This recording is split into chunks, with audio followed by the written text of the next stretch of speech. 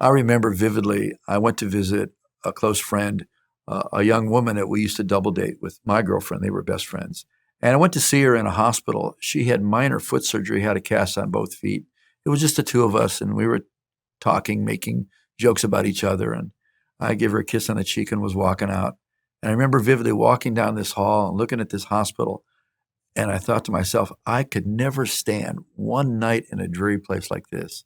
Then some voice came out, a man with a heavy accent said, "Young man, you're good looking.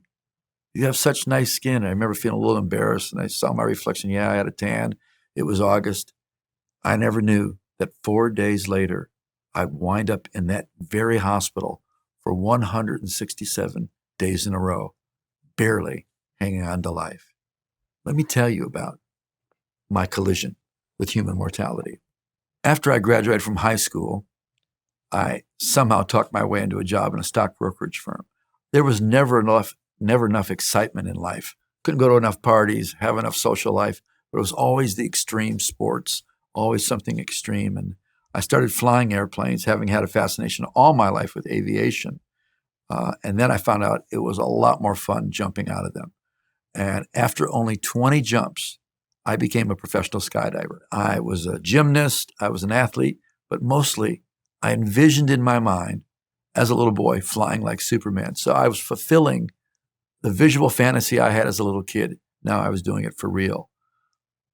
It was a Thursday night, August 15th, 1968, just a few days after I had this encounter in the hospital with my friend, that going up with two other professional skydivers and two students to make what was to be a routine jump. We were going to let two students out, one of them out at 2,800 feet for his first jump. He had never been in an airplane before. The second student was going to make a jump from 4,000 feet. It was his 10th jump, and that would be a 20-second delay. We were going to go up very high altitude, 13,500 feet. For that time was a pretty high altitude jump, which we would get 66 seconds of free fall. That's like forever, where we would do our aero maneuvers and practice. And for me, to get in and out of airplane took about as much motivation or courage as to get in and out of a car. I was 19 years old. I was oblivious of right and wrong, of death. I was bulletproof. I wasn't never afraid to get in an airplane, and I certainly was never afraid to jump. People would say, "You must have been an adrenaline junkie." No, I was doing it for the pleasure. I'm convinced the number one motivation of any human life is pleasure, is finding pleasure. And this was, for me, the ultimate pleasure. I remember waving at the people on the ground, the groupies, or the woofos, we called them. Woofo, you jump out of an airplane, or groundhogs, they hang around the ground, but they never jump. Waving at them, and then we took off. And by that time, I was kind of annoyed about flying. It took so long to get to the altitude. I was so motivated just to open that door and get out of the airplane. And as I was actually closed my eyes and was going to take a little rest, the plane had taken off. And this was a newer airplane, only a week old for this pilot. And he thought it was extremely powerful. So he really had a very steep climb of ascent. And suddenly I was awakened by an unusual sound. Dead silence. And the pilot screamed at me and said, "Oh my God, we're going down." We had a total engine failure, and we had a loss of our airplane's lift. That's the force that makes the airplane fly. So we basically dropped straight down. It'd be the equivalent of letting a car on a cable go. And we were headed right to the ground. And I don't remember that part of it. The last thing I remember is the pilot said, "That's it." And he hit me in the shoulder. And I was sitting on the floor next to him. I'm sure that the view out of the windshield was, everybody is going to die. We impacted a tree going probably 100 miles an hour. My face, I wasn't in a seatbelt. I was thrown forward, and my face stopped my body going 100 miles an hour. So I sustained, obviously, very serious head injury. The airplane cartwheeled wing over wing and then was wedged into the ground. There was shock and confusion. The four other occupants besides the pilot, their heads kind of crashed into each other. So the two students were injured. Their faces were busted by the other guys' helmets. And one of the professionals helped the two of them escape. And my partner in this new adventure was just leaving the aircraft, was just a few feet away when the plane exploded. And when he went inside, he heard screaming, and he knew that I was trapped inside, as well as the pilot. I had my leg sticking out a hole in the side of the aircraft where the wing had been attached, and with this hand, I was pulling and trying to free myself, but something had caught me, had a hold of my harness and my clothing, and I was trapped inside, soaked with airplane fuel, and on fire from head to toe, literally burning alive. And this was one of these moments where this man had one of these experiences like superhuman strength where someone could lift up a car. He literally pulled the skydiving harness loose with his bare hands, dragged me away, and began to roll me on the ground and put the fire out. He pulled so hard, he pulled his thumbs out of the sockets of his hands and tried to get the fire out. And when he did, he said, "Get up and run," because he was afraid there was going to be another explosion from the wing that was drained of gasoline that was empty. I remember I was very fuzzy, but I remember taking about 10 steps. I remember then falling over backwards, my head hitting the ground. And I put my hand back to feel, and I came and looked, and the back of my head was stuck to the palm of my hand. And then I just flopped over. And the next thing I remembered, I was in an ambulance. And that ambulance was racing towards the closest little hospital, the one I had been in just a few days before, and said I could never stand to be in a place like this for one night. I'll never forget the sound of the whine of that ambulance. And I didn't know how bad I was hurt, but I was looking up at the ceiling while strapped down to the gurney. And for the first time in my life, a man who was self-sufficient, strong in every way for myself. I could do anything I wanted if I just applied myself a little bit. For the first time in my life, a person that didn't know God or ever seek God or ever know that I'd even needed God cried out for the first time, "God, help me. I'm sorry. I want another chance." And then there was the bright lights of the emergency room. They rolled me in. They let me talk to my mother, whom they had contacted, for about 60 seconds. And I heroically defended skydiving as if I was like a martyr going to be burned at the stake. She said, "This has anything to do with skydiving. This was an airplane accident." And then I asked her to see a certain Catholic priest who had scared me when I was just a young boy, and to have him come pray for me. And that was very profound. And the next thing I know, I was whisked in to surgery, and I don't remember anything more that night. The doctors never expected me to live through the night. They thought I would surely die of shock. The assessment of my injuries after they took me in that night was I had a severe head injury, a contusion of my brain. I had massive third-degree burns over a major part of my body, well over 50% of my body. I had second-degree burns over other parts of my body. I had lacerations. My face was torn from here all the way up to here, wide open. I was blind in my right eye.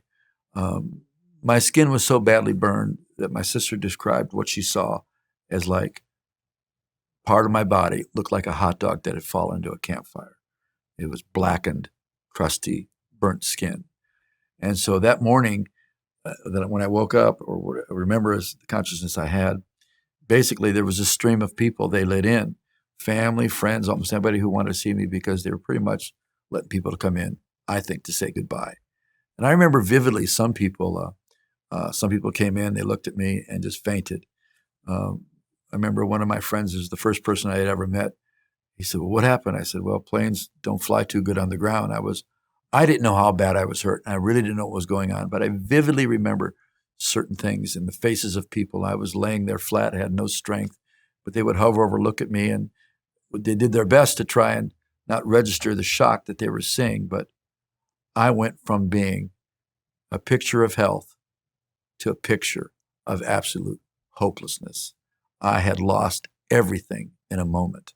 And what is worse about the initial types of injuries I had are the complications that could follow.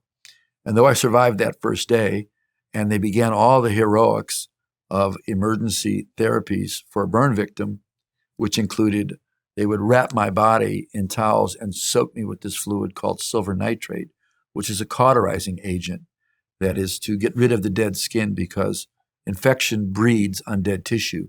They either would cauterize it with that fluid, or they would literally take instruments and cut the skin off of me, sometimes when I was awake without pain medicine.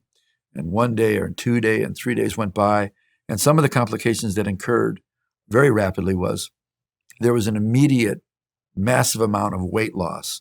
And it's because just the evaporation process and the caloric burn, because these from this energy is the equivalent of about 40,000 calories a day.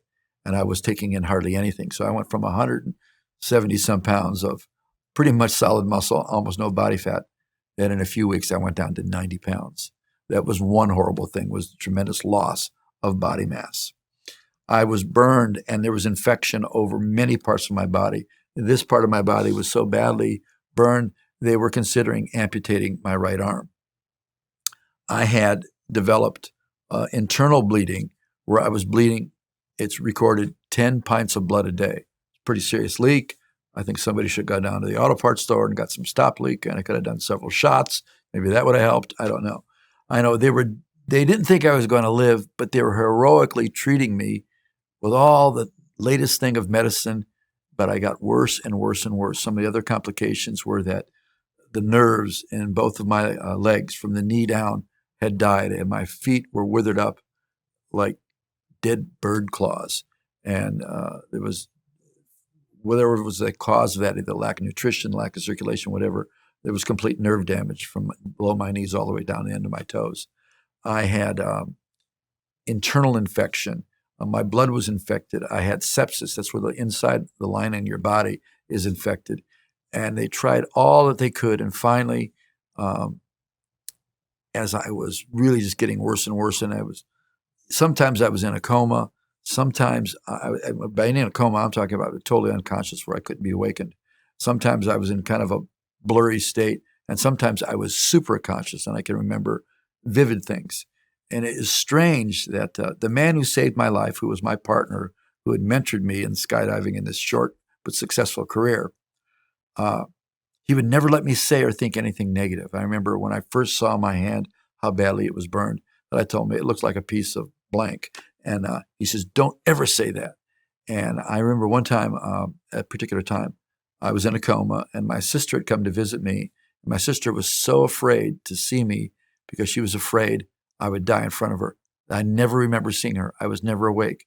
But when this man would get off the elevator, I would wake up out of a coma because he always told me that I was going to live. He always told me never to think anything bad, that I was going to be back out skydiving with him again. And I remember vividly him scolding me for saying negative things. That's ironic, isn't it? I mean, everything about me was negative. There was nothing that was going on that was hopeful. And my situation continued to deteriorate until they had done everything they knew how to do. And I got worse and worse and worse. And they called in a specialist from one of the most famous hospitals in the United States. And he examined me. And at the end of his summary, with all these terrible paragraphs about the conditions that I had, it's much worse when you read it in black and white. He simply wrote, there is nothing I can offer this young man. Basically, he was saying, it's hopeless. And they quit trying to save my life and were just waiting for me to die, for nature to take its course. But God, being rich in mercy, was going to intervene as I was entering the valley of the shadow of death. I'm going to tell you a little something that happened a little bit earlier in this experience. I'd been a person that I don't remember ever being very sick in my life ever, or being hurt. Now suddenly everything that could go wrong had gone wrong. And my oldest sister, her father-in-law was a very prominent surgeon who had just come back from donating 13 months of his life to doing surgery on the war victims of the civilians in Vietnam.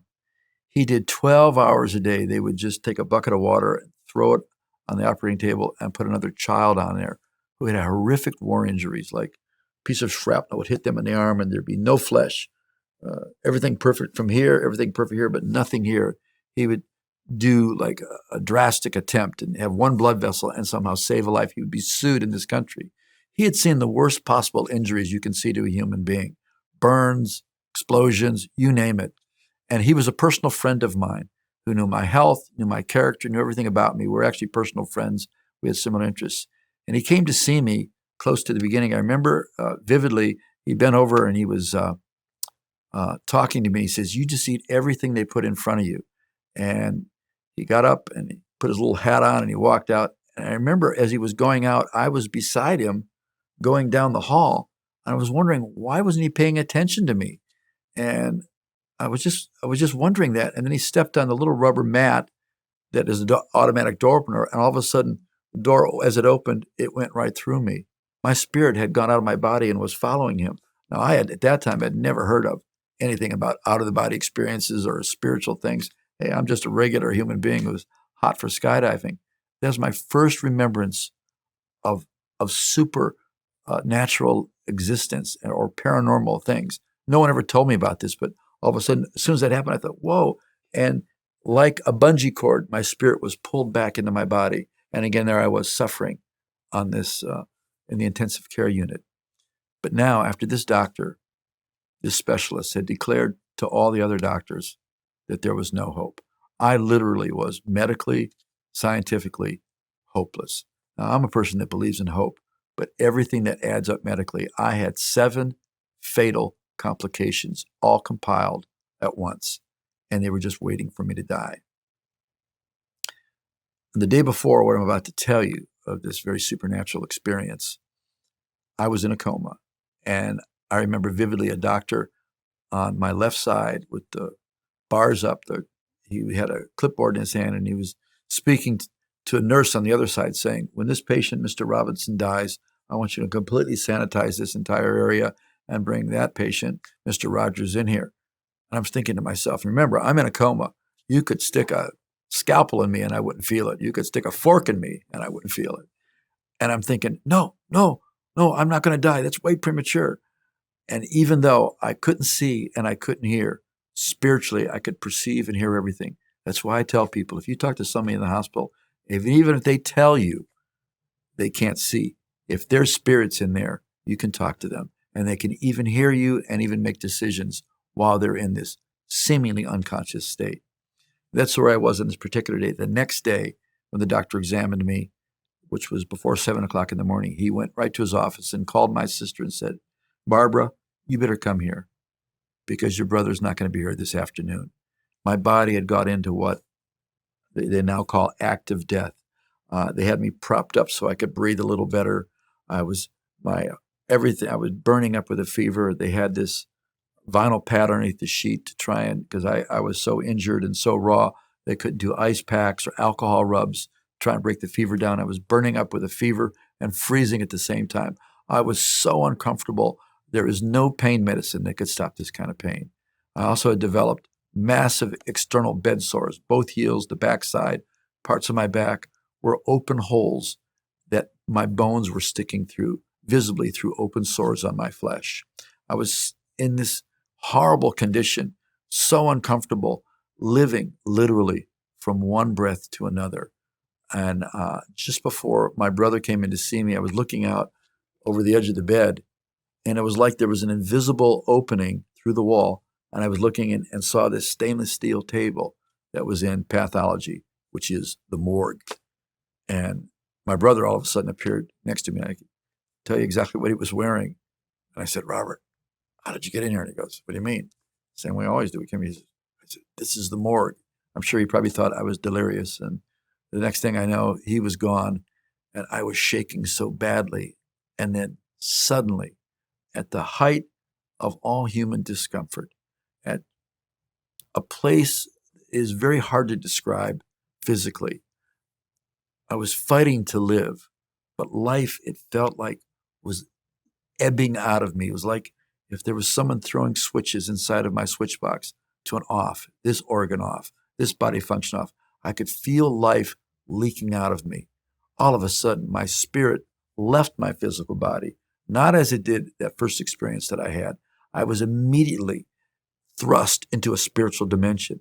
Simultaneously, there was awareness of things I had no comprehension of, all occurring at the same time. I knew instantly, this spirit man, this is the real me. I looked and examined myself. I was normal. Everything about me was normal. At the same time, I realized this spiritual world is a real world. Everything about this world is more dynamic. Everything, every color is more than colorful. The edges of everything were razor sharp, and the sight and the sensation is so awe-inspiring and so shocking. You don't think to try and reason and ask questions. It's total revelatory experience. The biggest shock, the most compelling thing that was occurring to me is I instantly understood eternity. See, everything in this life, everything in the creative dimension, everything even as far as telescopes can see that are in the physical plane are related to time. Even if they say it's billions of years, it still has a beginning and an end. Something starts, it stops. Something is new, it gets old. Every living thing that's born will die, but everything in the spirit dimension is everlasting. That struck me, and it was a shock to understand and comprehend eternity. And as I was looking, I saw in the distance a white, that I can only describe, it looked like a white circle or a white portal of pure white light that was brighter than 1,000 times the sun, but it was pure whiter than, I describe it as the whitest snow, and I felt like a peace emanating from it, and I had no control of what was going on. And it was almost, I was on a slightly upward glide path going towards it, and I felt this was good and peaceful. And as I was getting close to it, I felt like a pressure on my right side, and I turned and I looked, and instantly, again, I had this multiple experience of understanding and revelation. I looked into something that was blacker than the blackest black. I also was aware that it was an abyss. It was a bottomless pit of endlessness, and that I instantly knew that if a person would go in there, they would be super conscious, but know forever they would be cut off from the source of all life. It'd be like if I would pick them up and dip them in a swimming pool of black ink, and they would be super conscious, but they would know they would never see anybody, feel anything, experience anything. They'd be cut off from all the source of everything that has to do with life. And this darkness, this blackness, this place that is called the outer darkness was closing. It was closing in and beginning to eclipse as that was almost to this portal of white light. And I began to scream out in my spirit the same thing I had said in the ambulance, on the operating table, or at 2 o'clock in the morning when they gave me the largest legal dose of pain medicine. And 5 minutes later, it had never touched the pain I was experiencing. I just say, God, help me. I'm sorry. Give me another chance. Now I'm very, very literally standing on the precipice, the edge of eternity, knowing if that closes, this sliver of white light, if that closes, I'm gone forever and cut off for eternity. And so I cried out, no, God, please, I want to live. I want to be alive. Give me another chance. And then I was thrust through this portal like a rush of white light, took me right in, and I exploded. And I was standing in the very presence of God, what I know now to be a place that is called the third heaven. And as I was standing there, instantly multiple revelations, totally different, totally profound. I knew I would live forever and ever and ever. I would live for eternity.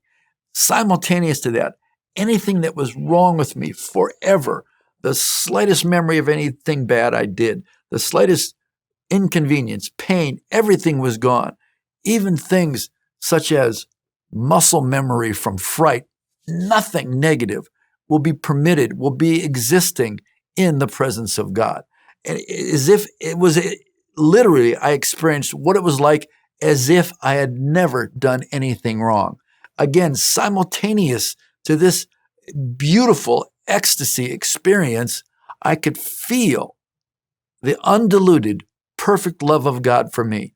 No longer was my identity Mickey Robinson, who grew up in a little town outside of Cleveland, Ohio. Mickey Robinson, who grew up in a dysfunctional family. Mickey Robinson, who was a former skydiver, now a stockbroker, snow skier, extreme sport. And Mickey Robinson, who did good and bad. It was that I was a son of God. How could this happen? No one told me about this. And what was heaven like? What did I see? Well, for me, in my experience, I did not see any other creatures. I didn't see relatives. I didn't see angels. I didn't see little fat angels flying around with little wings, playing harps or anything like that. As artists try to make conceptions of what they perceive heaven to be. But what I saw was so stunning and astounding. I can only try and put it in terms that you can understand. Whatever structures I saw appeared to be like translucent, see-through jewels, but every color, and in colors I didn't even know exist, you could see them. And I could see, it's like I could see 360 degrees. And though the presence of God was somewhere, I could feel it to my immediately left. And I didn't see, New Jerusalem, pearly gates, Peter checking off IDs. You're here, you're in, you're out of here. Didn't see any creatures or anything like that. But this was so stunning and so shocking. The reality of pure love, the reality of being absolutely a perfect being. And I was standing in something that, if I could describe it, it'd be like this. If you could see with your natural eyesight radiation waves, you can't see it with your natural vision, but it was a vibrating river of light with like little golden specks in it going from my left through me between my hips and my knees, vibrating, going right through me. And it's called the river of life. Everything that river touches comes completely alive. Everything that river touches is completely clean. Everything that river touches erases anything negative. There's nothing allowed to be in God's presence but love, beauty, and glory. Everything that existed, that I saw, is alive, and all of it worships God out of love and out of pleasure and out of response to who he is, because everything in heaven is like him. And it's very hard to describe in earthly terms, because it is so supernatural. It's so unearthly. I tell people jokingly, says, hey, it's really easy to be spiritual in heaven. You're not going to have bad people doing bad things. You're not going to have bad mood swings. And they can say, isn't it going to get boring? No, David wrote that in his presence is the fullness of joy, and from his right hand pleasures forever and ever and ever. How much could there be? There will be an endless revelation of God's goodness and God's pleasure, on and on and on. And we don't think in those terms, because when we're here, we have boxes, compartments, and limits on everything. But in heaven and in God's presence and who God is and who you can be when you're united with God is unlimited. That's why we call it mysteries. Mysteries, the secret things, are for those people who have come to know him in relationship. In Mark chapter 4, which is the parable of the sower, Jesus had been to this one region once before, and at that time he did all kinds of signs and wonders.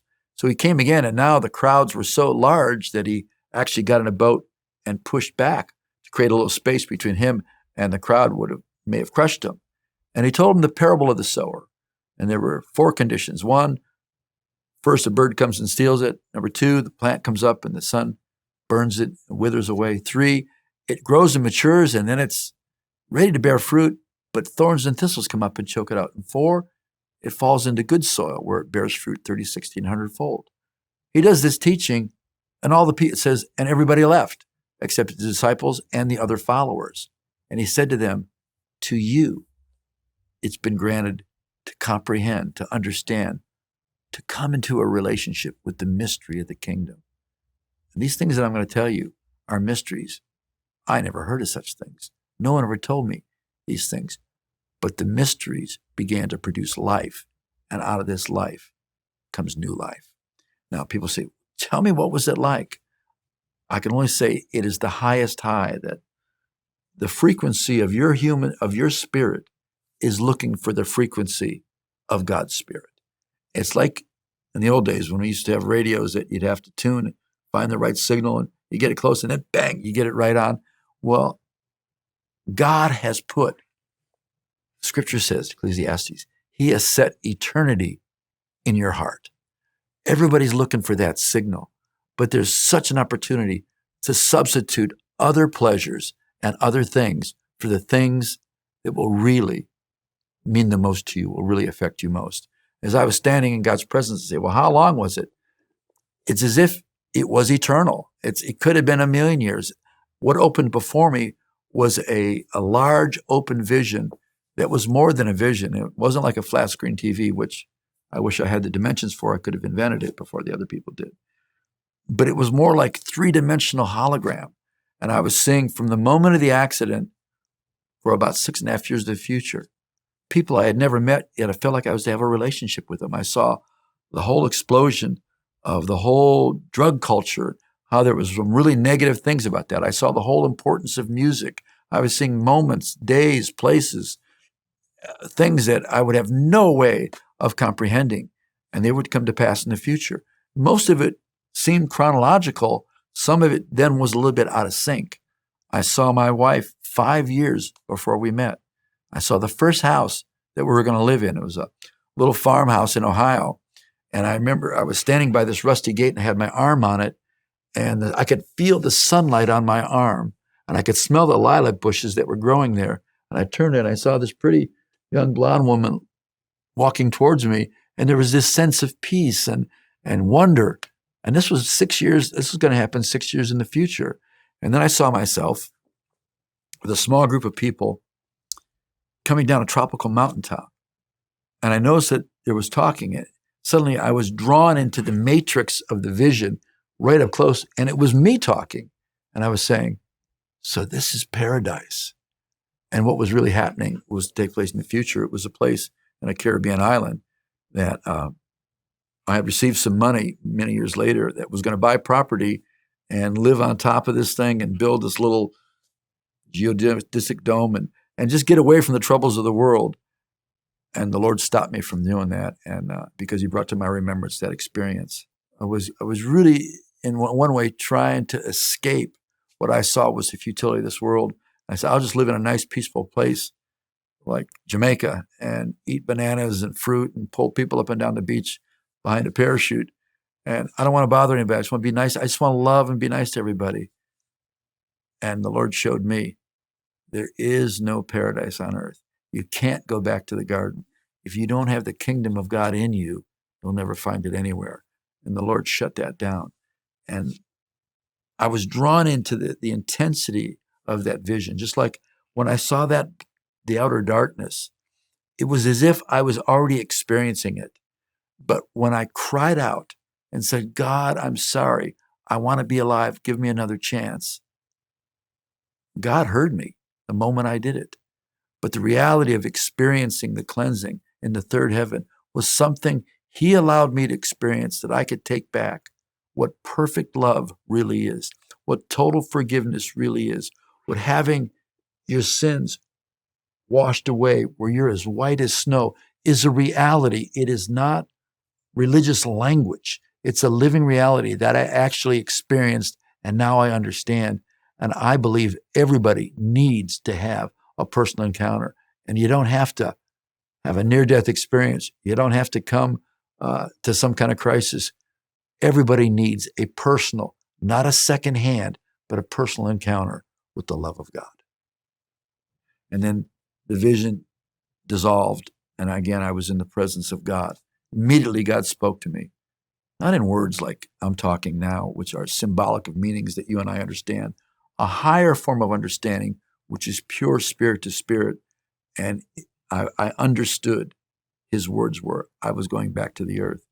And in the same way I arrived by the Spirit, I left the third heaven, passed through the second heaven, passed through the earth's atmosphere, and I could feel my back touching the roof of the hospital and going through that material, and my spirit sinking into my physical body. If you can imagine if you were some kind of like wind and you were being blown into like a bushy thing, I could feel my spirit go into my body. And then the room materialized around me, like kind of like they beam up on Star Trek. And all of a sudden, the man that had 7 fatal complications was now alive. And out of my mouth, I was worshiping God in this beautiful song in His heavenly language. I had never heard anything about that. And I was so stunned when I woke up that I looked, I was like beside myself. I thought, what is going on? And this person that was completely destroyed was now alive. It was when I woke up, I just didn't wake up. I was super conscious. And it wasn't that I had the remembrance of this ecstasy in heaven, the love of God that I experienced, the person of God that I experienced, and that river of life that I experienced was now inside me. Suddenly, I had the ability to perceive, to understand, and discern all of what was going on in these 5 or 6 doctors and nurses, that they were completely terrified. And I was so full of love and peace, I felt bad that they felt bad. How could somebody who was completely uncomfortable, nothing actually had changed in me physically, I had all the same symptoms, all the same fatal complications, but now I was more alive and I was full of peace. Before God ever healed me, the Spirit of God was able to comfort me. I want somebody to tell me that without drugs, how did that happen? How could I have a peace that is so peaceful it goes beyond comprehension? It's peace that surpasses understanding. I felt bad for these people that were all just scared to death of what they had seen. This defied everything they knew scientifically. They were probably getting ready to write orders for what I had seen in that vision of the morgue. But now I was more than alive. I was alive spiritually and full of a love that is not human. I was full of the love of God and had perfect peace. And as they looked at me, what was ever left of my face must have had some kind of peaceful grin on it. And I felt love for everything. The feel of touch of some people, because everything was enhanced for me spiritually. Some people would even touch the bed and I could feel the positive energy come out of them. Other people would make you really recoil because they were annoyed, disliked you, or something like that. And then after I experienced, was so full of the Holy Spirit, it would really bother me if I would even hear like a doctor raise his voice to a nurse, or even with tension there. I felt bad for both people. I didn't like judge them. I just felt like, well, that's not good. And I didn't know about it. I was so full of love. I didn't judge anything except like, oh, I feel bad for that person being like that. I mean, I wish I could be like that now, because that's probably the healthiest I ever was, when everything was trash, but everything was love. I loved everything. A little fly came in and landed on my head. Oh, little fly, look at the color through your wings. It's so, you could come anytime. Today, I'd smack, get out of here. I loved everything, and I never had a bad thought. No one had to tell me about racism. I remember there was a cover of TV Guide had the Supremes on, and I said to my girlfriend's mother, I said, she's really pretty. She goes, well, yeah, for a black person. I thought, how strange. I didn't judge her. I just thought, like, I just was seeing, everything was beautiful to me. Everything was beautiful. Everything was love. I mean, it really was a baptism of love. That's more amazing than all of the healings, was being baptized in love. And it's still the thing that undoes me more than anything else. They were still waiting and expecting me to die. That day passed, and the next day, and they actually found more wrong with me. And even though I had all these terrible complications, they began to cooperate medically with something they didn't understand, because God began to heal me and restore me. I gradually began to get better. They found out that, in addition to all my other complications, the lower portion of my esophagus, about 3 or 4 inches, while in a coma, the gastric juices washed back and actually burnt or digested the lower part of my esophagus, that when they checked me, my esophagus was shrunk, the lower part, to the diameter of like a cord that you would turn a light on and off with. And it was impossible food to enter in my stomach. They thought I had lost the will to live. I would eat, it would pile up so high, and it would feel like someone would stick their finger down my throat and it would come out. They thought I had lost the will to live. So on top of everything else, I was also dying of starvation. So they did a surgery and inserted what's called a gastrostomy tube. It was about as big as around as this finger and had a little ball on the end. And they would throw everything in a blender, mix it up with medicine, and a little cute little girl came around and give everybody a tray. And, oh, Mr. Robinson, we have your lunch. And she would hang this plastic bag up on a hook and let this clothespin-like thing go. And this blenderized goop would come down and go into me. I wish they had warmed it up, because it would just shiver. It gave me a new horrible definition of a bag lunch. Everybody else was getting food, and this is what I got like 3 or 4 times a day. And I could smell, and I was hungry. And I weighed 90 some pounds. And I remember I was still on death's door for probably, the accident was August 15th. I deteriorated. I don't know when exactly this point of when I had this incredible heavenly encounter happened. But I was on death's door for probably 3 months, and then just so fragile. They didn't know why I was alive and why I was seemingly getting stronger. But as that fluid began to come in, I began to get a little strength, and the doctor came in. And in addition to all the other complications, my legs had become completely rigid. And as I said, the nerves from my knees down all the way to the ends of my toe, all those muscles were all atrophied. The nerves were dead and the muscles didn't work. And my legs were completely out, stiff, straight. And I remember the doctor came in and picked up both of my legs. And he says, "We got to get you moving." And he pushed my knees about up to my chin. And I heard all these my muscles had shrunk down to like little rubber bands and were all stuck together, what's called adhesions. It was like a bunch of ropes popping. Felt terrible. But they began to take me down to physical therapy and put me in first a whirlpool bath. And then we get it real warm and put a box of Dreft diaper soap in there. And I remember the first time they plunged me in there, the water turned blood red, and I could see parts of my body that were dead tissue bubble off.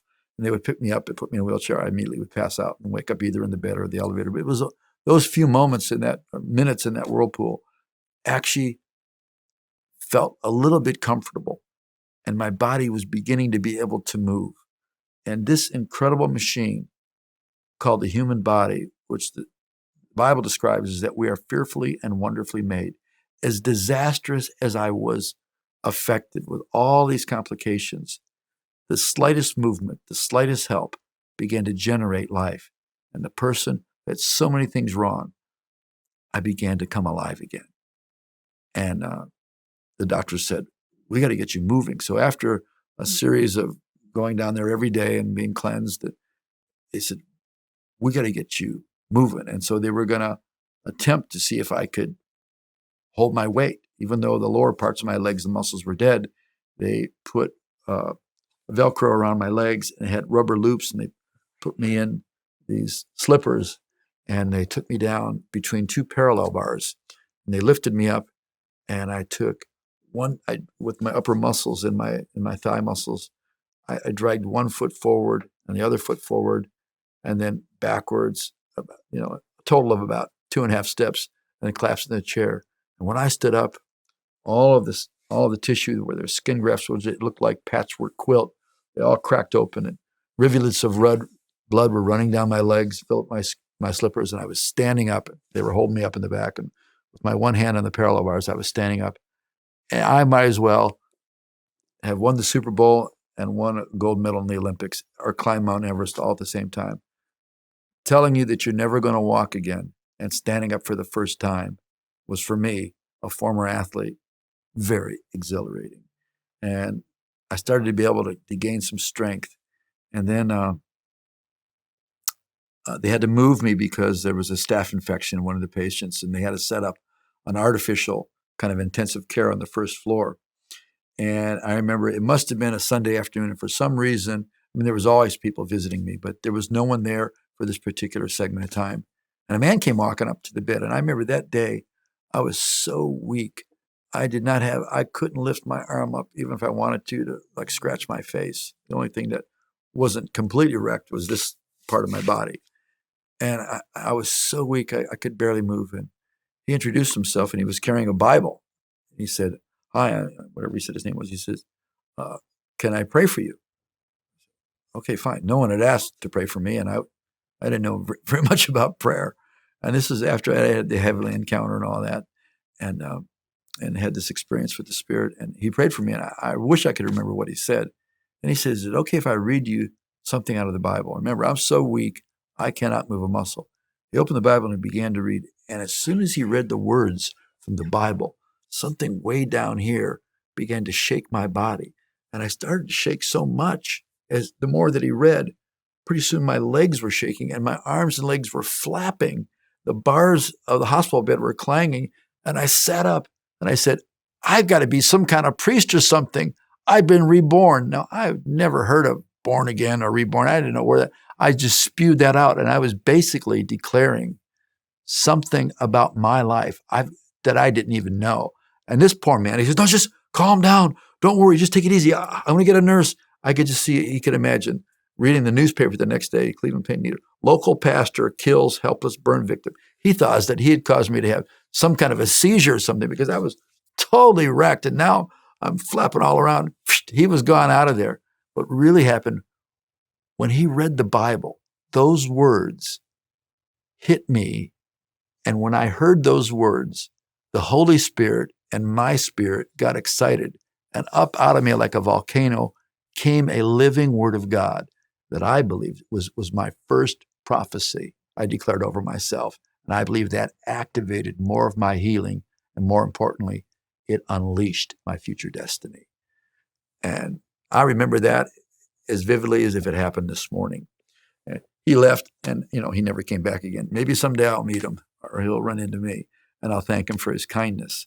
But though that really happened, and when I said they had me walking, they had moved me into isolation because there was a terrible flu that year in 1968 called the Hong Kong flu. It was an Asian flu. And it was so, people were dying from it. If it would have got to me, I would have died. So everybody that came in to this room, they had to put on head covering, complete gown, stuff over their shoes, gloves. I mean, they had to be uncomfortably hot. And there I was, pretty much naked and in bandages.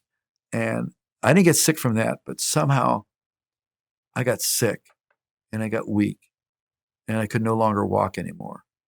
And it was the end of the year. It was Christmas Eve, 1968, December 24th. I remember it because I said I was an avid fan of aviation. I studied everything from birds, balloons, Wright brothers, Zeppelins, NASA. I knew everything about the space program. And Christmas Eve, December 24th, 1968, the United States had launched Apollo 8, the first people to go to the moon, not land on it, but to go around the moon. And I was watching on television with the largest television audience at that time in the history of the world. And as the Apollo 8 capsule went around the backside of the moon, radio communications is cut off. Nobody knew. Did they crash into the moon? Did they skip off, miss the moon's gravity and go out, irretrievable death? And it was about 30 or 40 minutes went by, and Apollo 8 came down around the backside of the moon. And they didn't say, hey, it's us, we're okay, it's Apollo 8. Hello, I'm Captain. It was Jim Lovell, Richard Beeman. There's three well-known astronauts, Jim Lovell of Apollo 13 fame. And what was heard, the first words heard from an extraterrestrial flight from the planet Earth was, in the beginning, God. And they read the book of Genesis. And when they got about down to verse 10, I burst into tears with uncontrollable crying. Not tears of sadness because of what had happened to me. Not tears of hopelessness because I had taken a few steps and now I couldn't walk anymore. And they said I was never going to walk again the rest of my life. But it was tears of hope. Because earlier, the President of the United States made a faith declaration that the United States of America would send men to the moon and bring them back safely before the end of the decade. And that same Holy Spirit, the Spirit of the living God, the Spirit that gives us hope eternal, not hope for a measure or for a season or for a limit, was speaking inside me. Hope. If we could send a man to the moon, and when the scriptures were read, and it was down around about the 10th verse, and I would like to look it up and quote it because for some reason that triggered, they read the whole chapter 1. Hope was exploding in me when there was no hope. And about a month after that, actually on January 20th, I was transferred from that first hospital after 167 days to a rehabilitation hospital on the east side of Cleveland, a 400-bed building filled with every type of medical, surgical ward, every type of therapeutic apparatus. Most of the people who lived in there, they were basket cases. Most of the people that would be in there, a lot of the people in there would never come out of there alive. And they sent me there for rehabilitation. And I remember when I got there, I went there by ambulance. And when I arrived at this rehabilitation hospital, the whole team of doctors wanted to examine me. So they unraveled all the bandages. I looked like the mummy. And there I was. And I remember when the air hit me, it was like thousands of little knives going in there. And I was in so much pain. And they all had to, examine me and take stock, all that, make a plan for how they're going to take care of me. And for the first time, my mother, who was the only person who didn't think I was going to die, she would always tell the doctor, "Is he out of the woods yet?" Said, "Mrs. Robinson, he's not going to come out of the woods." She tried to convince her that I was going to die. I think that God blinded her from the fact how bad I was hurt. My brother said I looked like I got in another plane crash on the way over to the hospital after 167 days. But this wretched wreck of a man in this rehab hospital where had all this equipment, they put me in a room, and then I eventually was on a surgical ward where I was having surgical procedures twice a week. And a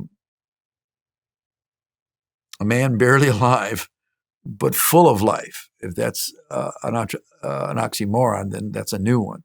I was barely alive, but I was more full of life than I can even describe to you.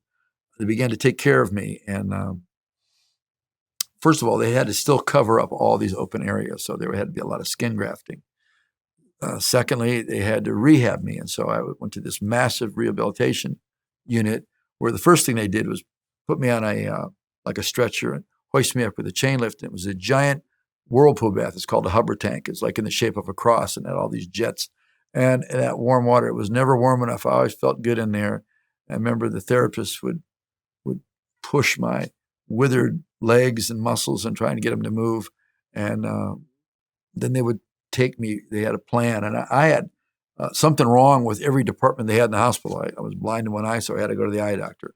I had smashed my face so bad that this tooth was turned black, and I had to have a bone graft and a steel thing put in there to save that tooth. So I went in the dental department. About every department in there, so all the doctors and heads of those departments knew me and knew all the things wrong with me. The legs were paralyzed and nerve damage. I was fitted with leg braces. And I remember when I started to be conscious enough that I wasn't sick, and they took all my pain medicine away, which was pretty inconvenient. On top of everything else, I went through drug withdrawal with all that pain. And I remember the first time I saw myself in the mirror, and I had this hanging gown on, and I was barely just bones. Maybe I was up to 102 pounds, and still had, I had a big patch on my eye, and my head still had a bandage up from the head injuries. And the guy is really skinny, and this hand was always bandaged because the hand was so badly damaged, it was really useless. And my arm had withered, and I couldn't move it any farther than about 6 inches from my side. And this arm was frozen. The bones were stuck together, and I couldn't turn it like this, which is called pronation and supination. I just remember one day. Now, I have to remember, I didn't know anything about healing, but somehow I knew to say and do certain things. And I just told myself, I said, this arm's going to get better. And I took my hand like this and I went, and something popped, and I was able to move it. And all I wanted to do, I was just full of this zeal for life. And I knew I was going to get better. And I knew that I was going to walk again, even though they said it was impossible. They put electrodes on my nerves, the neurologist, and determined that the nerves were dead. And this was a long period of time. And by now, what I'm told is the length of time that the nerves were dead, all of the myelin would be off of the nerves. So that makes the nerves dead, and really they won't regenerate.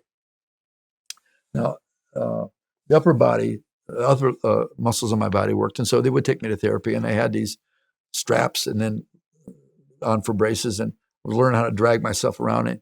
And there was an acceleration of the healing process. I mean, they thought, first of all, I'm not going to live. And then they thought, I'm never going to get out of a wheelchair. And now I began to be able to get movement back. And it was like, there was just an acceleration. But inside, I really believed I was going to get out and be normal. And no one told me that. I didn't read any books. I didn't know about healing. I just had life working in me. And I just tried as hard as I could. And even though that some of the therapy was hard, there was always a person that God would bring in my life to give me another push forward, where it was one of the hallmarks, I hope, of my life and of my helping other people is that I can be encouragement. And I have a definition for it. It's like imparting spiritual bravery to live a life beyond what's normal. Real encouragement is divine bravery to live supernaturally in a life that would restrict you. Because in every way, there was a lot of restrictions, but I was kept pushing the envelope and doing things that I wasn't supposed to be able to do. I had a lot of visitors, and now I was in a room, and my three roommates, to my right was a man named Bob, who was a pre-law student who had been in a car accident and broke his neck. He was a C4 quadriplegic. And at that time, they would treat a quadriplegic because they would drill holes in your head, put these two prongs in there, and through a cord with a large weight, would straighten your neck out, and they would do a bone graft or a graft to fix the broken neck. Across from him was a black man named Larry. He also was a C4 quad. It was in a minor car accident, but snapped his neck. He had holes drilled in his head, and he had this thing with weights on it holding him steady until the bone graft would heal. And across from me was a white Appalachian man who somebody broke in his house and shot him with a gun and bruised his spine, and he was paralyzed from here down. And there's me, the ex-stockbroker, skydiver. In the world, we would have nothing in common.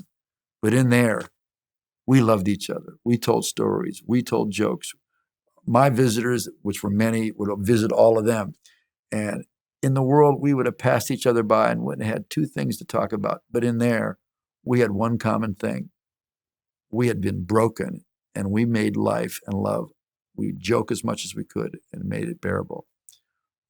Just as I was starting to get a little better, what I mean starting to get a little better, I was starting to really believe that I could get better. And my kid brother, Robbie, had been taken by a close friend of mine, one of the premier skydivers, to Florida for a vacation to get away from all the trouble. They were gone for about a week, and they came back, and they came into the hospital to see me. And a sign of healing is humor.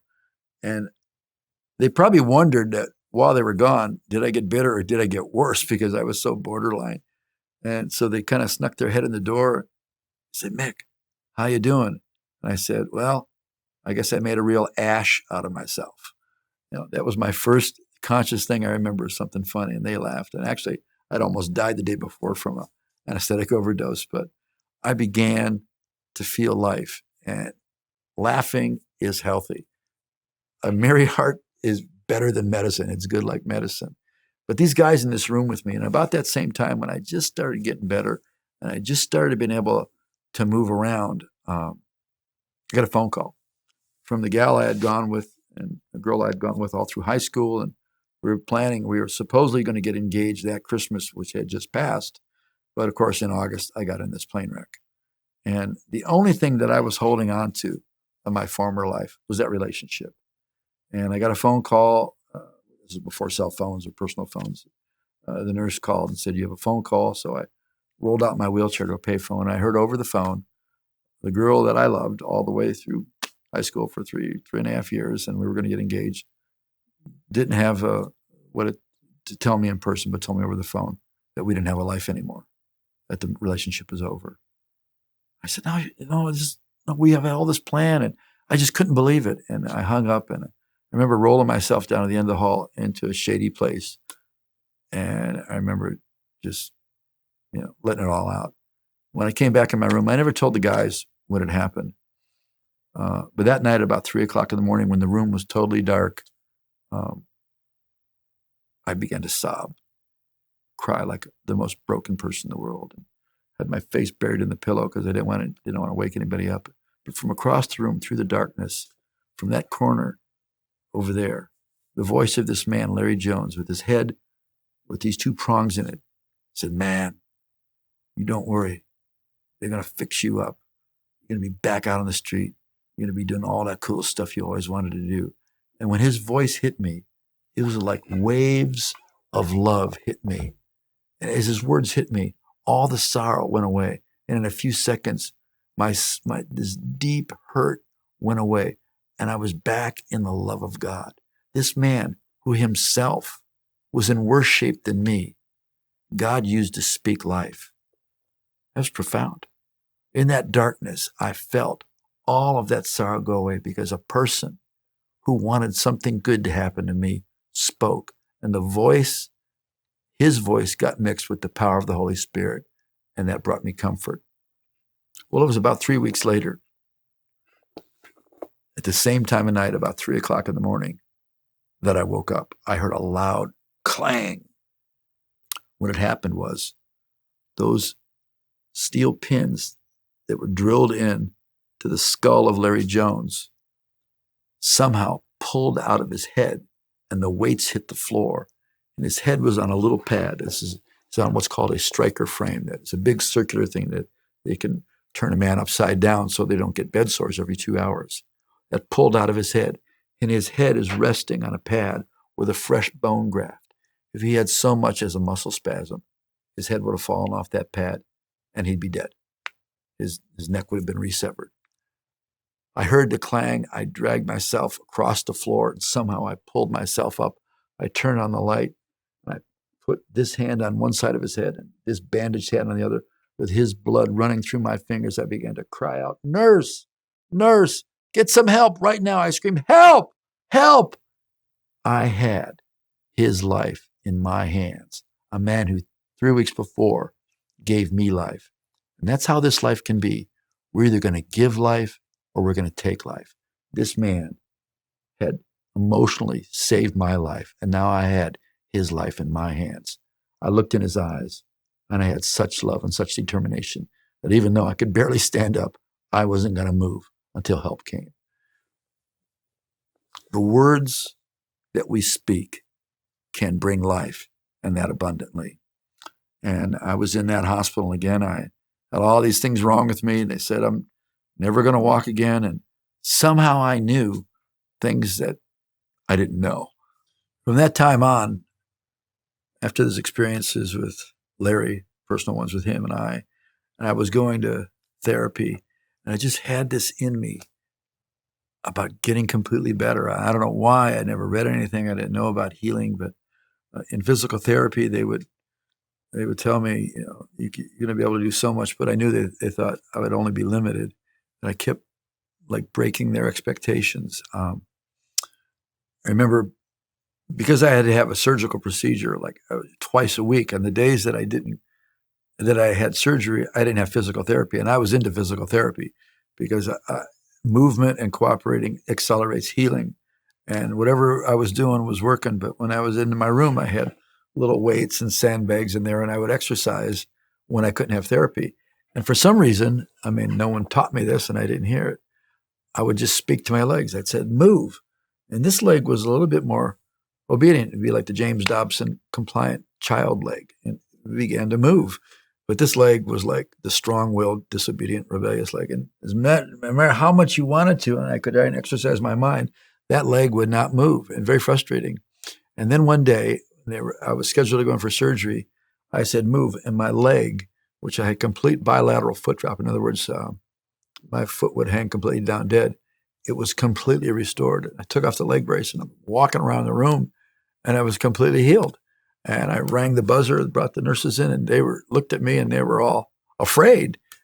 And I never once ever again had to use crutches or be in a wheelchair or wear leg braces.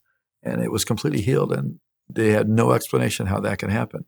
And all I wanted to do was do more.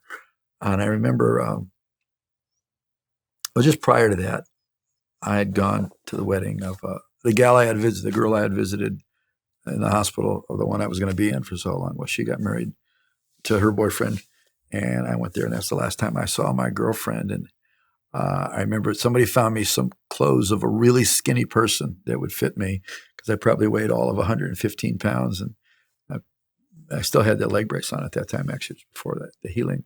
And my sister's friend came and got me and drove like 100 miles an hour to this little church, and I was the last one in. I closed the door and sat in the back, and the wedding party was recessing, coming out.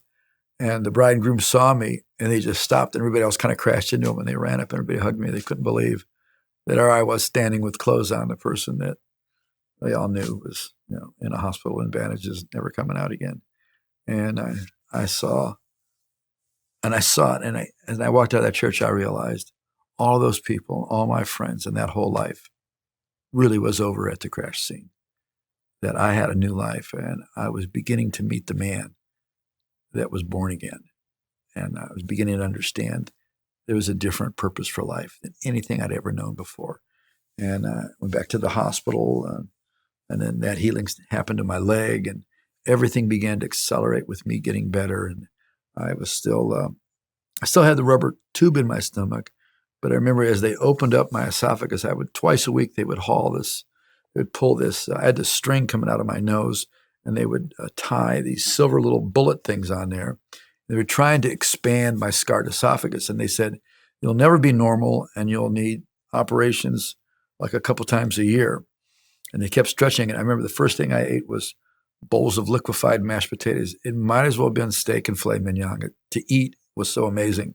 And I began to eat, and then they made it a little bigger, and I ate a little bit more, and I began to eat. And they still had that rubber hose in there, and I began to get stronger. And the more that I did, and the more that I envisioned myself doing things, I actually thought I was going to be able to do everything I could think of. And my partner, my old skydiving partner, came in with a brand new parachute, and I tried it on, and all the nurses and therapists thought, "Oh my God, he's crazy." And they really planned for me to jump out of I planned to jump out of an airplane again. And I remember my therapist says, "Don't you ever to try to do that with this leg brace on." Well, little did she know, little did I know, that leg brace would come off and I would never need it again. But I still was, pretty skinny and frail. Pictures that even surprise me now. But I got released from the hospital about the end of June, and I remember packing up my things, the meager little amount of personal items I had. My 3 roommates, Bob, the law student, Larry, the man from the inner city, black man from the inner city, and this Appalachian guy. And we didn't talk much. He said, "Man, saying goodbye to them was a little bittersweet because I hadn't gotten miraculously better, and they were pulling for me. But I was walking out of a place that was never, and a kind of a life and a kind of a suffering and overcoming that in many ways, I was never going to have to pass that way again. And I was leaving them. So it was a little bittersweet. But I remember going out the front door and the sunlight hitting me. And I was free from a lot of things. And we take for granted the simple things in life, like going to your own home, opening your own drawer, having people that know you in like places.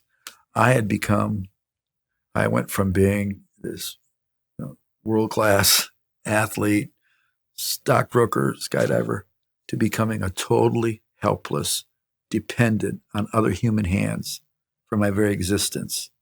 And now I was free again. But I was walking into a freedom that I was going to have to learn in incremental steps of faith. Things were happening to me. I was having spiritual communication with God, but I didn't have anybody to talk to. I was hearing things from God, learning things. I understood things that just did not come from regular life. And yet this love of people and love for life was overwhelming.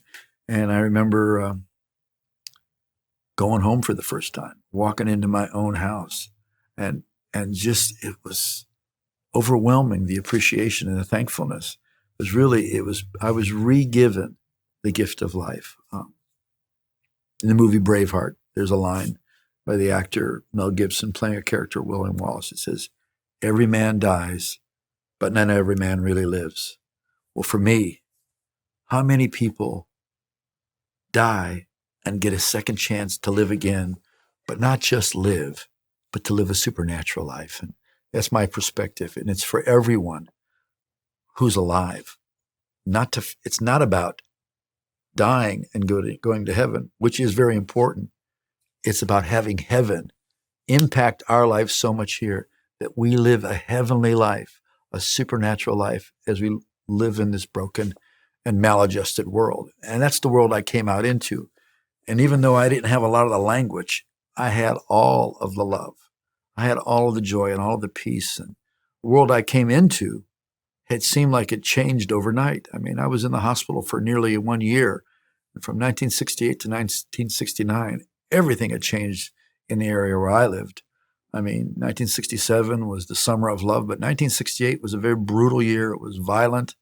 It was angry. It was rebellious. There was all kinds of agitation. And there was just where I lived, there was the whole beginning of smoking marijuana and all that stuff. And now all these people had long hair, and men were burning their draft cards, and the women were burning their bras, and marijuana was so illegal that the boys would go in the woods and smoke. I think they were more afraid of telling their girlfriends they were getting caught by the police. But this was a time of tremendous social change. But I was seeing them through different eyes. And I just loved everybody and everything, although that is a little bit naive, because not everything, you can love something, but you can't have everything and you can't do everything. And I just had this love for life, and I got very attracted. Well, first I have to say that I did make that parachute jump. I went out sometime in July. It was less than 1 year after my accident, and it had been arranged. And I finally told my mom that we were going on a picnic out to the skydiving club, and she got in the car with us, my brother and my partner. She didn't know I was going to jump that day. We got there and got on the plane with the guy that saved my life and my kid brother, who was the country's youngest skydivers, and went up to 12,500 feet. Out we went, formed a 3-man star in free fall. It's incredible. I mean, it was the only time I probably was a little bit worried about jumping out of an airplane. It wasn't about getting hurt. It was I heavy enough to actually fall all the way to the earth? And, there's the 6 o'clock news, and there's a cold front coming in, and there's that guy caught in the jet stream going around. No, I actually didn't. We made contact and formed a 3-man star and made faces at each other and opened my parachute, 2,000 feet. It was incredible, and landed, and the national champion and another member of the U.S. team were there. They all rushed and they all celebrated. They couldn't believe that I did that. And it was great and it was exhilarating, but it did not have the draw that it once had, because there was something far more exciting for me to do than enjoy the pleasures of jumping out of an airplane. And I did, the skydivers, some of the people that stuck with me through thick and thin. And so that summer was the summer of Woodstock. And I remember I almost went to Woodstock. I got in the car with a bunch of people, and they were going, and so something stopped me and said, "Don't go." And I got out, and I let them out of my house, and I didn't go. And I'm thankful I didn't go to Woodstock. As I had been later, I went to one rock festival, and it was just chaotic. And this had become a new normal. And after the summer was over, I actually had to go back in the hospital that summer and close the opening in my stomach that they thought would close by itself. And by then, I was eating normally, which they said I'd never eat, and they let me get strong. And then I went back in the hospital, like in the beginning of September, and I started having massive, what is called reconstructive surgery. Like, this hand was so badly damaged, it really wasn't good for much of anything except using it as an opposable force to pick something up like this. And they had to excise or cut off all the scar tissue off this hand. It looked like this. If you've just seen it, something severely burned, like a corpse or something, you'll see the thin areas contract. So this hand was just like this. Nothing worked. And they amputated everything all the way down around here. And they took all the scar tissue off, and they cut a pouch and put a skin graft on the inside and put my hand in there and sewed my hand under here. It's called a pedicle graft, where the skin would have to grow onto my hand. And they put all this padding in there and let it grow there for 6 weeks. So I went around 24 hours a day, 6 days a week, 7 days a week with my hand stuck in here. I believe I probably have the longest running theatrical impersonation of Napoleon than anybody doing any theater anywhere. And after 6 weeks, while I was awake, they made a cut here, and they left 1 inch here and 1 inch here. And then they put me to sleep. And later on, they cut it all out, and they made it, and it looked like this. All of this was just like a little boxing glove all enclosed. They let that heal. And then several months later, and there was all kinds of surgery. I had to do all kinds of reconstructive surgery. They had to do a large graft here because I couldn't move my head any farther than this. My ear was burned completely off. I remember when they cut it off with a pair of scissors, what was left of it, and they made what's out of a material called Celastic. It looks like the inside cartilage of your ear, and they let skin grow through it, and they pull it out, and they put a skin graft behind it. And where I had no ear, then I suddenly had an ear. Now, there was nothing wrong with the inside of my ear, but there was no ear on the outside. So they were very creative. I mean, I was the block of marble for Michelangelo. I mean, a surgeon, it was like getting a birthday present. There was no end to the amount of cutting they could do on me. And it was just having operations all the time. But the one on my hand, it was one aspect of remarkable healing they had finally done all this elaborate, they had to move bones around. It was like a UHF wire going through here one time to move things around. And then they did a very big operation where they cut all the way down through the metacarpal bones and moved all this skin around and sewed it all up. And then they bandaged it all up. And the main doctor went to do a seminar in the Dominican Republic. And after 3 days, the doctor that was the resident or the next guy on call was to come in and change the bandage. And I remember he'd set up a whole little place there, and he started taking off the bandage, and I heard him say, "Oh my God, no. That's not a good thing you want to hear. That's really not what you want to hear." And it looked, and the whole hand, all the surgical site was all black. It was a complete failure. All the tissue was dead, and it smelled like a dead animal on the side of the road. And he says, "I'm so sorry, Mr. Robinson. We lost it all. We're going to have to start all over again." And everybody was very sober. They were very upset. They were very sad. This was a massive operation, and all this tissue all around here was dead. They left the room, and I thought for a moment, and then I rang the buzzer, and I called the nurse in. I said, "I want about 7 or 8 pillows, and get me one of those heat lamps." And for some reason, then they had bandaged my hand back up, and I put my hand on that pillow, and they closed the door. And as the sun was going down, I began to command blood to go into my hand because I knew that blood supply was what carried oxygen and fresh blood for healing. Now, I have a scientific background, especially in the area of biology, and I knew that those arteries were like dried Elmer's glue of coagulated blood, but I didn't even think of that. I just commanded blood. I stayed up all night, and I stared intently at my hand. The doctor was coming in the next day to cut off all the dead tissue and begin again. And so he unraveled it, and he got down to the end, and he goes, "Oh my God." And he fell up against the wall, and he was terrified because my skin was completely healed, like brand new baby skin, and it's never been touched since then. And that is a creative miracle. That tissue that was dead was resurrected into live tissue. And that blood that there's no way it could have gone in any direction either, couldn't have gone into my hand or come out of it, somehow got into my hand. And that was a resurrected hand, a healing that made me be able to have my hand back again. I'll never forget the sound of that man's voice. First of all, it was tremendous sorrow because scientifically he knew it was a loss, but he couldn't explain what happened. And today, in today's world, the same Spirit, the Apostle Paul writes in Romans, the same Spirit that resurrected Jesus from the dead shall quicken or enliven or energize, energize your natural body. How much more can we believe that Spirit can energize us? I want to believe more. If I, a naive young burn victim, for some reason I stared and went against my own logic and reasoning. I didn't even think about it. I just wanted that skin to be alive. I didn't ever hear of anybody do healing. I didn't see it on TV. I didn't imagine. I just spoke those words, and somehow it worked, just like with my leg. And all the things about getting better were accompanied by, I would take long walks, sometimes in the woods, and I would hear the voice of God. Sometimes it seemed like all day long I was encountering God, not for getting something out of him, but I realized that he was building a relationship with me that was personal.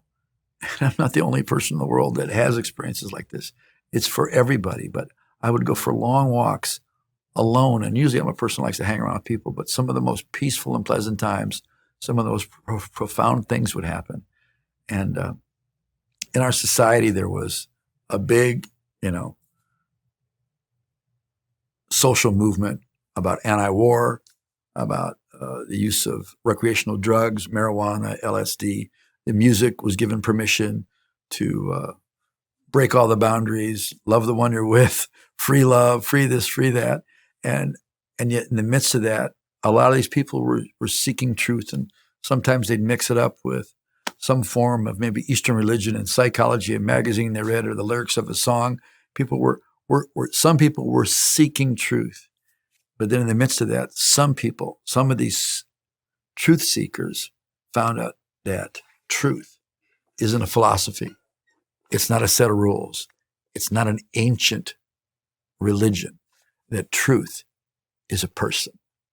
And that person is Jesus Christ. And the Spirit that he sent, the Holy Spirit, one of his names is the Spirit of truth. And people were becoming enlightened to Jesus Christ being the Messiah, being the Lord, being the one that can take all your sins away and give you a brand new life. Now, I experienced this alone and sovereignly, but suddenly people were popping up in my life amidst the crowd of people, the same crowd of people that were going to rock festivals, going to clubs, playing music, growing their hair, smoking these things, and coming up with all these wild psychedelic ideas. Every now and then, some of them would come alive and say that someone personally had changed their life, and that person that they know is Jesus. One such person was a young man that I had really gone to this place relatively near where he lived for music. It was a college university, Kent State, and there was a lot of clubs, and some of my favorite, I knew some of the people in some of these bands. One of them went on to be one of the biggest bands in the United States, and his guitar player. And I went on one night to hear this. I went on one night to hear who I thought was going to be playing, and there was a little sign on the door, a little piece of paper written on it, said Glass Harp. And I go, what is that? I went in there, and there was a young man in there. It was a three-piece band, and he was a guitarist. And he played guitar like nobody I ever heard. His name was Phil Kagi. Nice young guy, and amazing musician. And I remember how good that was. And then I went back in the hospital, and there was a whole series of operations. And I came back. And when I came back months and months later and went and visited there and saw him, something was different. It's as if he had installed lighting in his face. He just glowed. And the lyrics to all of his songs were changed. And in between songs, he was talking about Jesus. He had found Jesus as his Lord and Savior. And he told everybody about it. I remember sitting on a pool table in this bar in Kent, Ohio, and he would say, look, I got one. He was talking about my hand. He had an accident when he was 3 years old. He cut the middle finger off on his right hand on a well. He says, I'm not much of a finger picker. Well, he plays guitar like he's got 3 hands. I mean, he's a phenomenal guitar player. And to this day, I've known him for now, I guess, about 47 years. And he's the same humble, kind, honest, creative. And he's playing guitar better than he ever had. But he could have been one of the greatest rock guitarists in the world. And he gave his talent to Jesus. But more importantly, he was never ashamed to be vocal about Jesus without being offensive. I remember there was a big outdoor concert on the shores of Lake Erie near where we lived, 100,000 people. And the most well-known disc jockey in the United States was in Cleveland, Ohio at that time. And he goes, this is the band that made this event last year, Glass Harp. Now that morning, the weather was building up. The sky was getting black, and they got up to play, and they started playing some songs I was familiar with because I probably had seen him 50 times. And one song was called Look in the Sky. And as he started playing those chords, there began to be a little bit of light behind those black clouds. And then you could see this hazy, mellow disc. And then you could see the sun. And then the sky opened up. And by the time they were finished, it was a blue sky. And this famous DJ got up and goes, wow, there really must be something to all this Jesus stuff. And they were going to strike the set, and the next band came up, very well-known band from our area, nationally, internationally known. By the time they got set up, the sky turned black again, it rained, and it was all over. It's like God honored his word by controlling the weather. He said, look in the sky. Everybody was looking in the sky, expecting it to rain, and instead the sun came out. Well, that person and many others like him, men and women, began to have an impact I was looking all over for the truth. I read every book about every type of belief system, from Eastern religion to Western psychology, every form of religion. But always Jesus kept coming up. And I remember I went to hear a concert once, and I got separated from my friends. There was about 1,000 people there, and I was just standing there thinking within myself, I don't have anybody to talk to. And I had my eyes down. I said, nobody understands what I'm going through. And I felt this pressure on my shoulders. And as these inner words were coming out of really kind of a place, even though I was in a big crowd and I was with, some people that I knew, I felt so lonely and so dissociated that I was having all these experiences and no one to really share them with. And as I looked up, there was this young woman with long, brown, wavy hair, tears running down her face, big bell-bottom pants on, and she was crying. She says, "Oh, Lord, he's so beautiful. Take him deeper." And again, I felt these waves of love come over me. These words came out of this girl. It's like before I could even say anything, God spoke to some person clear across an auditorium of 1,000 people, and she came over to me. There was nothing outwardly I was doing, but inwardly.